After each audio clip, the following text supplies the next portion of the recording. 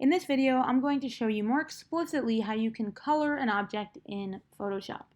So we start off with our black and white document, and now I'm going to add another layer.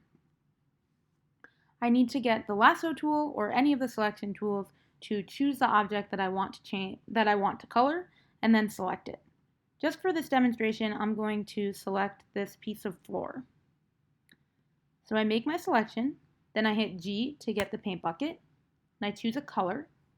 I'm going to use this purple, and I filled it in. Command D to deselect.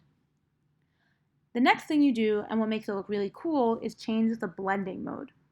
You can find the blending mode on top of the layer panel. When you click down this drop-down menu, you get all of these options. And what blending modes do is it changes how light and darks are showing through colors, and it's great because it helps you keep the texture of the object and show it through the color. So right now I'm just going to choose soft light, and you can really experiment with whichever one you think looks the best. Color dodge also looks pretty cool. I'm going to show you this one more time with a more complicated shape. So the next thing I'm going to try coloring is this blanket, and it's more complicated because it's harder to select. So instead of using the polygon lasso tool, which I think would be a little weird to try, you'd get a jagged edge with that, I'm going to use the object selection tool. The object selection tool tries to identify a shape and then selects it. You can either use the rectangle way of doing it, which you drag out a rectangle and then it selects, or you can use the lasso.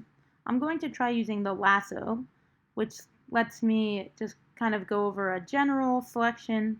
This can be a little hard to do if you are using your thumb, or not your thumb, your index finger on your computer, but it does end up sometimes being a little bit better than just the rectangle. If you hit the space bar, you get this hand, which lets you drag your screen over. This is pretty good, and it's a lot better than and it saved me a lot of work than if I had to go in and make all these selections myself. But I do want to clean this up a little bit. The cleaner your selections are, the better effect they'll have at the final version of your work.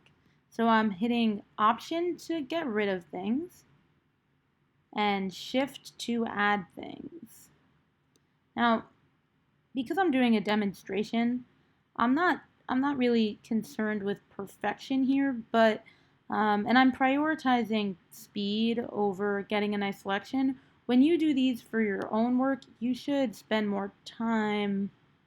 Making your selections look nice. But it does become pretty obvious when the selections are not as good.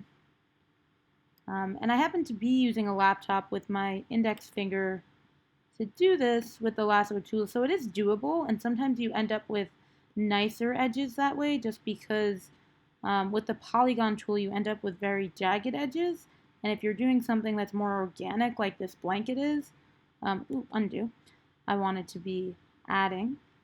If you're doing something that's more organic, then sometimes using the lasso tool will give you a better impact. But, it's just very much dependent on what you're doing. Now I'm going to add here. Let's add some more. Okay, and now we can just add a little bit more. I think we're pretty close to the end. This gets subtracted.